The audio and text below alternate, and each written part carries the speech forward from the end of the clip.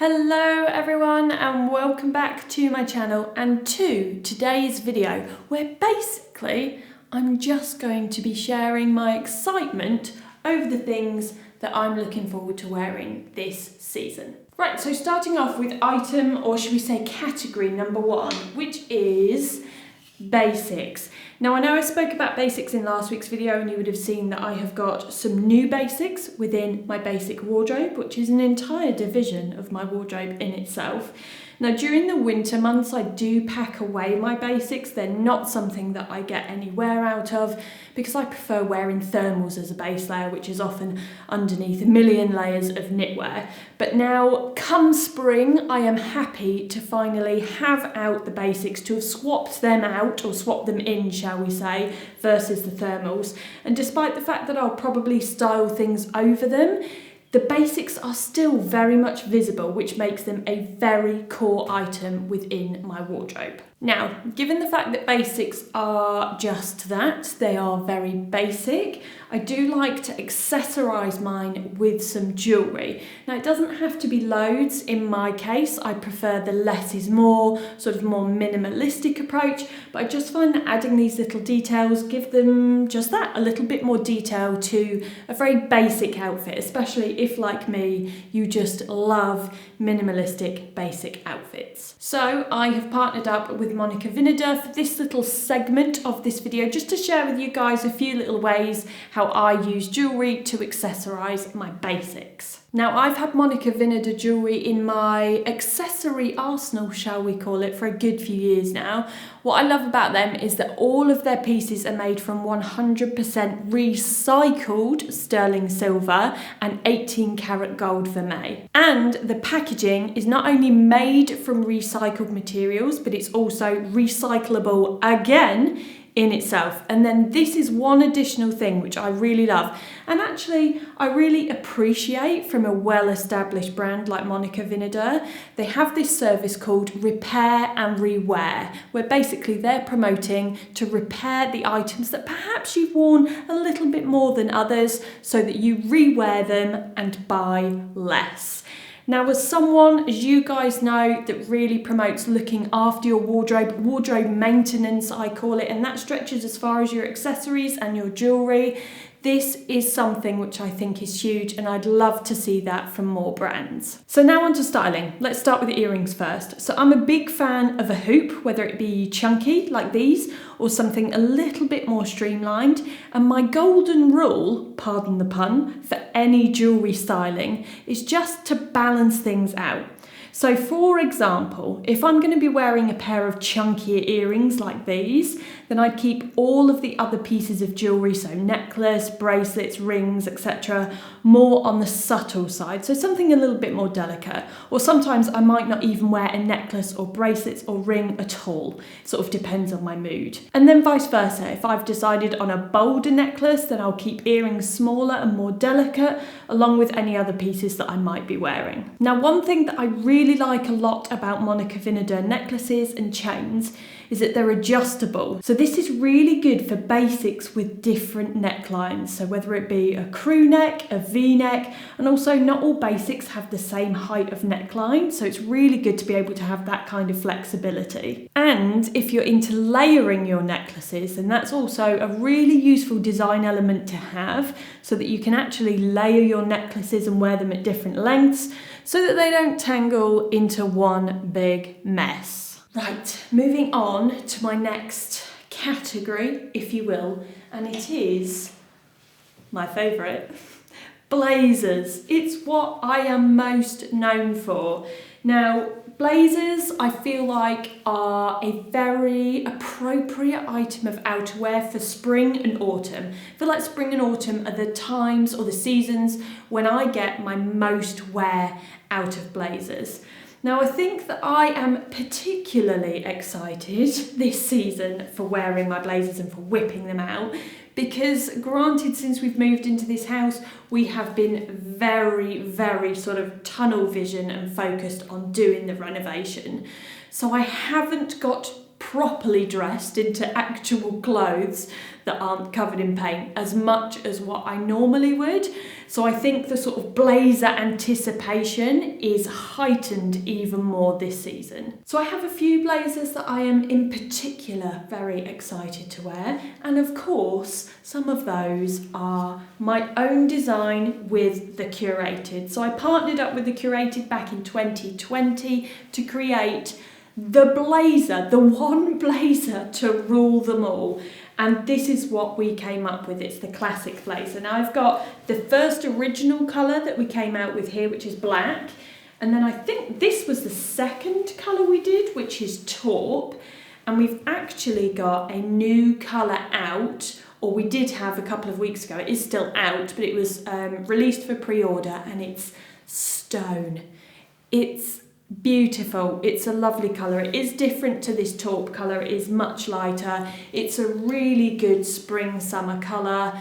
That, if you manage to pre-order it, because unfortunately most sizes are actually sold out now. However, we will look at seeing if we can restock that colour, because it did sell out very, very quickly. And if you did manage to pre-order one, the good news is they will be shipping out very, very, very soon. In fact, by the time you watch this video, they might have already shipped out. Right, next item or category is, and I know I usually talk about this category quite a lot around this time of year, but it is spring summer bags, predominantly basket bags, or perhaps they're made of canvas, or even bags like my Dragon Diffusion Nantucket, which is similar to this. It's sort of a basket bag, but it's made out of leather. I'm talking about those bags where you look at them and they just give you all of the summer vibes.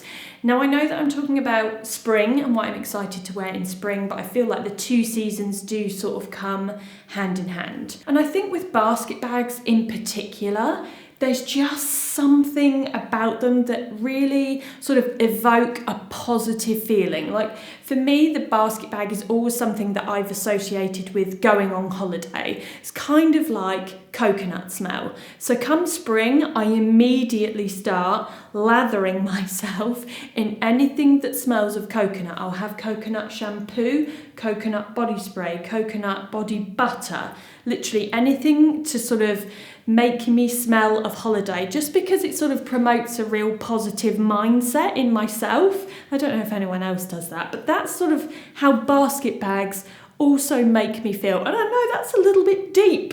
A basket bag makes me feel really positive, but they do. They just give me those sort of happy summer, sort of going on holiday vibes.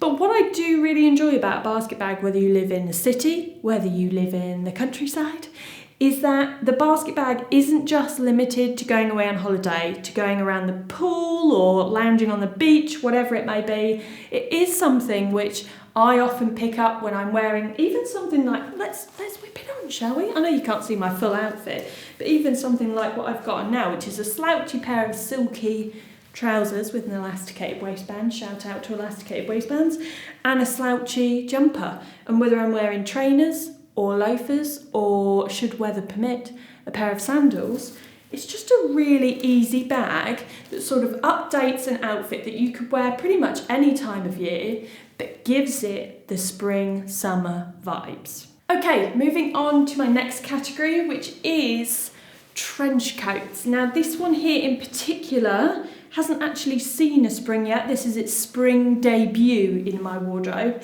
because this I actually bought in August last year. So this was a moving into autumn kind of trench coat. But as I've discussed in previous videos, I do feel like the two seasons, autumn and spring, are very similar, and there aren't many differences in my two wardrobes between those two seasons. I'll wear very, very similar outfits, which is why I actually regurgitate a lot of my autumn outfits in spring, and then vice versa, which is good. Rewear, that's the message. So yes, this trench coat was from COS, and the thing that I really like about this trench coat is the fabric. It requires this motion, and it's not for ASMR of like sound, but it's just to show you guys how fluid the fabric is and how beautifully it moves. So I have another trench here on my rail, which is a similar sort of fabric, very fluid, very floaty. Again, sorry, these things need an iron. I'll iron them before I do the cutaways.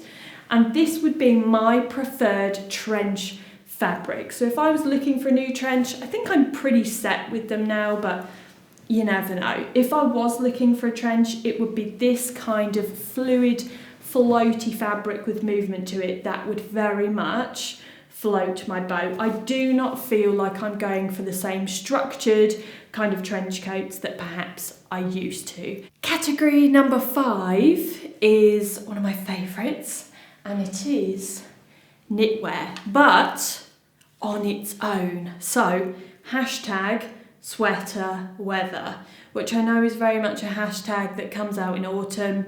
And again, it's because the two seasons, in my opinion, are very, very similar. But yes, the feeling of being able to wear knitwear on its own without a coat or any other sort of layers over the top, I just love it. There's no particular outfit that I feel more comfortable in than when I am wearing a slouchy, cosy, oversized knit with either some tailored trousers, or perhaps coming into sort of spring, summer, maybe some linen trousers, or even just a pair of jeans. That is definitely when I am at my happiest. Now, they're both striped. And the reason for that, perhaps some of you guys might feel the same. I wear stripes all year round, but I just feel like when it comes to spring, I feel like stripes are a really spring thing. For some people it may be florals, but for me it is stripes. Okay, my next category is shirts. And like with basics, during the winter months I do pack away my shirts because I just don't get anywhere out of them at all, because I'm just constantly shrouded in some sort of knitwear. So it does actually make me more excited to pack things away and then actually get them out for seasons, if that makes sense. So it does make me more excited to wear the shirts that I haven't seen essentially for like 6 or 7 months. So I've got some striped ones here because, as again I was mentioning about the knitwear, I just feel like stripes, very spring. I've got a blue striped shirt here, which I know it's cringe to say, but it's such a good wardrobe staple to have, whether you're just going to borrow one from a dude that's in your life, or whether you go out and buy a ladies one or whatever, secondhand but grand, whatever floats your boat, whatever kind of blue stripy shirt you have. I've had several blue stripy shirts over the years, many similar variations, but this one I have had now for just over 2 years. This is very much my staple blue striped shirt. This was sort of the one that I used to replace any other lesser quality high street ones. This was from House of Dagmar. It is exactly the sort of fit that I look for, oversized, although if a shirt isn't particularly oversized, I'll just size up to sort of make it oversized. But the thing that I look for is a loose cut, so I don't like anything fitted or figure hugging. It's just not me. It doesn't make me feel comfortable, and it's not the sort of style I like. And then I feel like it would be rude not to give a shout out to the unsung hero of most people's wardrobes, and it is the basic white shirt. Once again, mine is oversized and a loose cut. It's just one of those items. I know it's cringe, it is such a wardrobe staple. There's a reason that this item always appears in any capsule wardrobe video you've ever seen in your life. Just incredibly versatile, and one of those items which I know I wouldn't be without. And finally, sandals. Now, we haven't had a great deal of sandal weather this spring thus far. Aside from the Easter bank holiday weekend where we had those upwards of 20 degrees temperatures, we haven't had many sandal weather kind of days. So I'm hoping in May, next month, I'm hoping we do get some more of those, because I am so ready to put these bad boys on. These are my Chanel Dad sandals. Love them or hate them, I love them, and I am very excited to get these back on my feet once more. My feet have been pedicured, DIY pedicure of course, and I just can't wait. They're so comfortable. I just love that they go with anything and everything. And I know it's a little bit shallow, but I kind of enjoy having a little bit of Chanel on my feet. Now I did make a review of these if anyone is interested in hearing my thoughts about them. And I listed a few affordable alternatives as well, because actually despite the fact that they're Chanel, that's not the reason that I bought them. I just really like the style. They're a dad sandal, and yeah, I love them. So along with these and my Birkenstocks, my Dear Francis tie slides that I have in 3 different colours, because you all know I am a repeat buyer and I just needed that much comfort in my life. So I'm excited to wear all of those.